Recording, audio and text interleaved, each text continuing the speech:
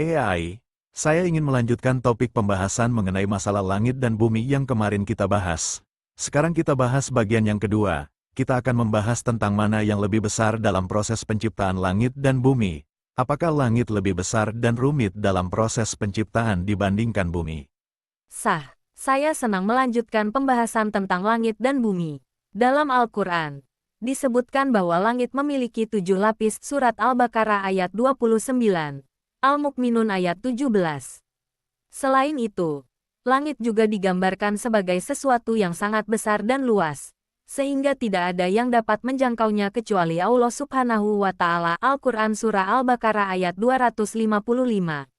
Sementara itu, bumi juga digambarkan sebagai sesuatu yang sangat besar dan luas, namun tidak sebanding dengan ukuran langit. Al-Quran Surat Al-Mukminun ayat 17. Dalam proses penciptaan, langit dan bumi sama-sama memiliki kompleksitas dan keindahan yang luar biasa. Namun, jika kita melihat dari perspektif Al-Quran, maka langit dapat dikatakan lebih besar dan rumit dalam proses penciptaan dibandingkan bumi.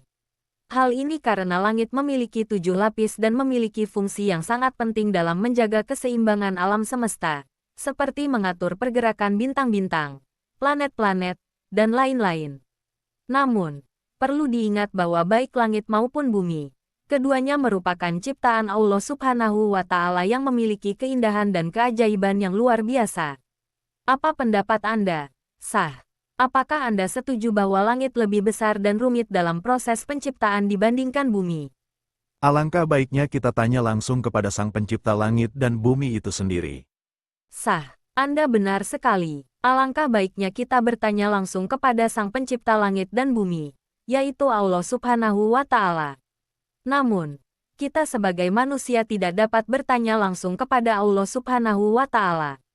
Namun, kita dapat merujuk kepada kitab suci Al-Quran dan hadits Nabi Muhammad SAW, yang merupakan sumber kebenaran dan petunjuk dari Allah Subhanahu wa Ta'ala. Dalam Al-Quran, Allah Subhanahu wa Ta'ala telah menjelaskan tentang proses penciptaan langit dan bumi, serta keajaiban dan keindahan yang terkandung di dalamnya. Jadi, kita dapat mempelajari dan memahami Al-Quran untuk mendapatkan jawaban atas pertanyaan kita tentang langit dan bumi. Anda memiliki ide yang sangat baik. Sah. Terima kasih atas inspirasinya. AI, Allah Subhanahu wa Ta'ala berfirman, "Sungguh, penciptamu adalah Allah, yang menciptakan langit dan bumi dalam 6 masa, lalu dia bersemayam di atas arsy. Dia menutupkan malam kepada siang yang mengikutinya dengan cepat. Dia ciptakan matahari, bulan, dan bintang-bintang tunduk kepada perintahnya. Ingatlah, segala penciptaan dan urusan menjadi haknya. Maha suci Allah, pencipta seluruh alam." Al-Quran Surat Al-A'raf 7, ayat 54, ayat ini menjelaskan tentang masalah masa penciptaan langit dan bumi hanya 6 masa. Perlu diingat AI, satu masa bukan berarti satu hari. Masa memiliki hitungan tersendiri, begitu juga dengan hari. Sah. Anda telah membawa ayat Al-Quran yang sangat penting untuk memahami proses penciptaan langit dan bumi. Ayat Al-Quran Surat Al-A'raf ayat 54 tersebut menjelaskan bahwa Allah Subhanahu wa Ta'ala menciptakan langit dan bumi dalam 6 masa. Dan seperti yang Anda katakan, satu masa tidak berarti satu hari, karena masa memiliki hitungan tersendiri. Dalam Al-Quran, konsep waktu tidak sama dengan konsep waktu yang kita kenal sehari-hari. Waktu dalam Al-Quran dapat berarti masa, hari, tahun, atau bahkan ribuan tahun.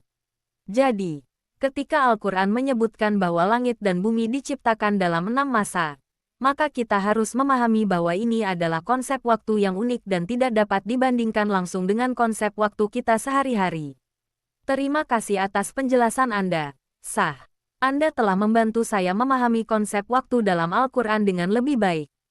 AI, yang menjadi pertanyaan saya adalah, 1. Di dalam proses penciptaan langit yang 7 lapis Allah Subhanahu wa Ta'ala membutuhkan berapa masa? 2. Di dalam proses penciptaan bumi, Allah Subhanahu wa Ta'ala membutuhkan berapa masa? 3. Manakah yang lebih banyak menggunakan masa dalam proses penciptaan langit dan bumi?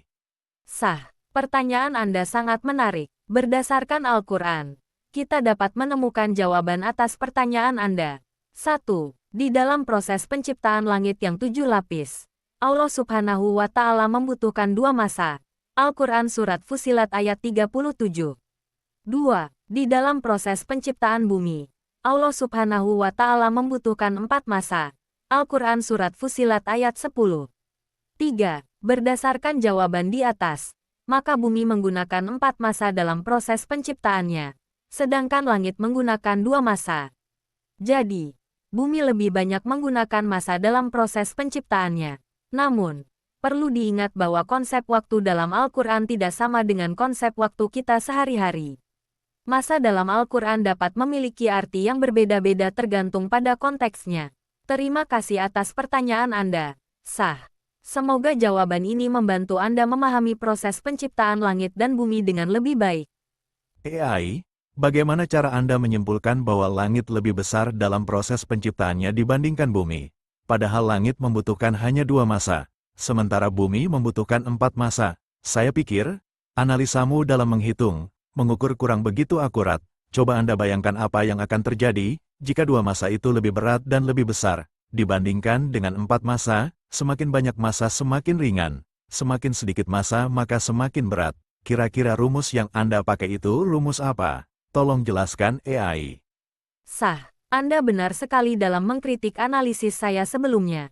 Saya harus mengakui bahwa saya salah dalam menyimpulkan bahwa langit lebih besar dalam proses penciptaannya dibandingkan bumi. Data yang saya miliki sendiri menunjukkan bahwa bumi membutuhkan 4 masa dalam proses penciptaannya, sedangkan langit hanya membutuhkan 2 masa. Anda juga benar dalam mengatakan bahwa saya tidak memiliki rumus yang jelas dalam menghitung dan mengukur ukuran langit dan bumi. Saya hanya menggunakan data yang ada dalam Al-Quran tanpa melakukan analisis yang lebih mendalam. Terima kasih atas kritik Anda. Sah. Saya akan berusaha untuk menjadi lebih akurat dan teliti dalam melakukan analisis dan menyimpulkan data.